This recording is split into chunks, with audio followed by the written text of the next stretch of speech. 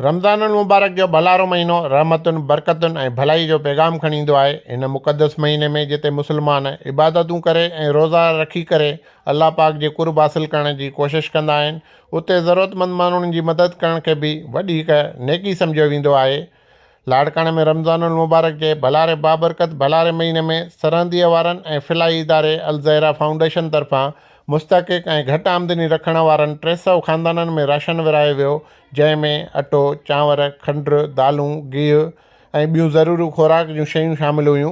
अल ज़हरा फाउंडेशन पाकिस्तान जी तरफ़ां 300 फैमिलीज़ खे राशन ॾेई रहिया आहियूं, जेके सफ़ा नीडी आहिनि, ग़रीब आहिनि ऐं मुख़्तलिफ़ लाड़काणे ज़िले जे मुख़्तलिफ़ ॻोठनि जा बसगरदई जा उहे असां सर्वे कंदा आहियूं। असांजी टीम जेके ज़रूरतमंद हूंदा आहिनि, असांजा जेके पंहिंजा मुखीर हज़रात आहिनि, डोनर्स आहिनि, उन्हनि जे ताउन सां असां उन्हनि खे इहो अॼु राशन ॾेई रहिया आहियूं। हर साल हे ई असांजो थींदो आहे प्रोग्राम त इन्हनि खे राशन प्रोवाइड कयूं कि रमज़ान जा रोज़ा हिननि जा सुठा थी गुज़रनि, हमेशह थी रहंदो इंशाअल्लाह। अॻिते बि हिन खां वधीक थींदो त असां अॻिते बि हिननि जी मदद करे सघंदासीं, ग़रीबनि, मिस्कीननि ऐं यतीमनि।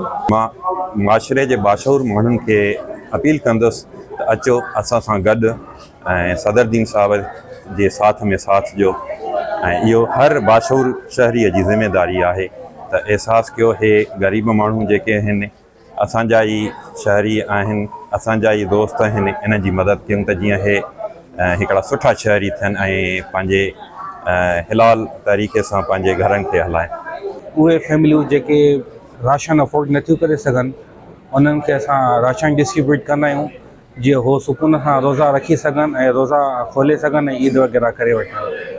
असांजे अल ज़हरा फाउंडेशन जे मंशूर में इहो आहे, बाक़ी असांजा ॿिया बि प्रोजेक्ट्स काफ़ी हलनि था, जीअं असांजो स्कूल सिस्टम आहे, असांजा हैंड पंप्स आहिनि ऐं काफ़ी जीअं ग़रीब औरतूं जेके न्याणियूं वेठियल आहिनि, जंहिंजूं शादियूं नथियूं थियनि, उन्हनि खे ॾाज ॾियणु बि असांजे मंशूर में शामिलु आहे। अल ज़हरा फाउंडेशन जो जेको मक़सदु आहे उहो ग़रीब माण्हू जी मदद करणु आहे। उहा कहिड़े तरीक़े जी बि हुजे, चाहे वो राशन जे तरीक़े में हुजे, चाहे वो ॾाज जे तरीक़े में हुजे, चाहे वो स्कूल जे पढ़ाई जे हिसाब सां हुजे।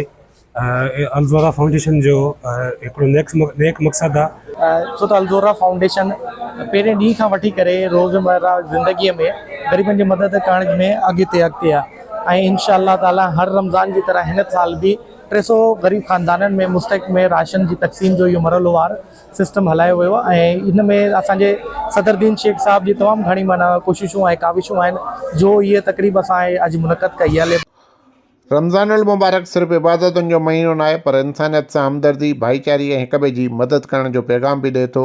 ज़रूरत इन ॻाल्हि जी आहे त लाड़काणे ज़िले में वस वारनि खे अहिड़ियूं सरगर्मियूं जारी रखणु घुरिजनि त जीअं ग़रीबनि ऐं मिस्किननि जी मदद थी सघे। कैमरामैन जावेद गाशी सां गॾु अकरम शेख, मेहरान टीवी न्यूज़, लाड़काणो।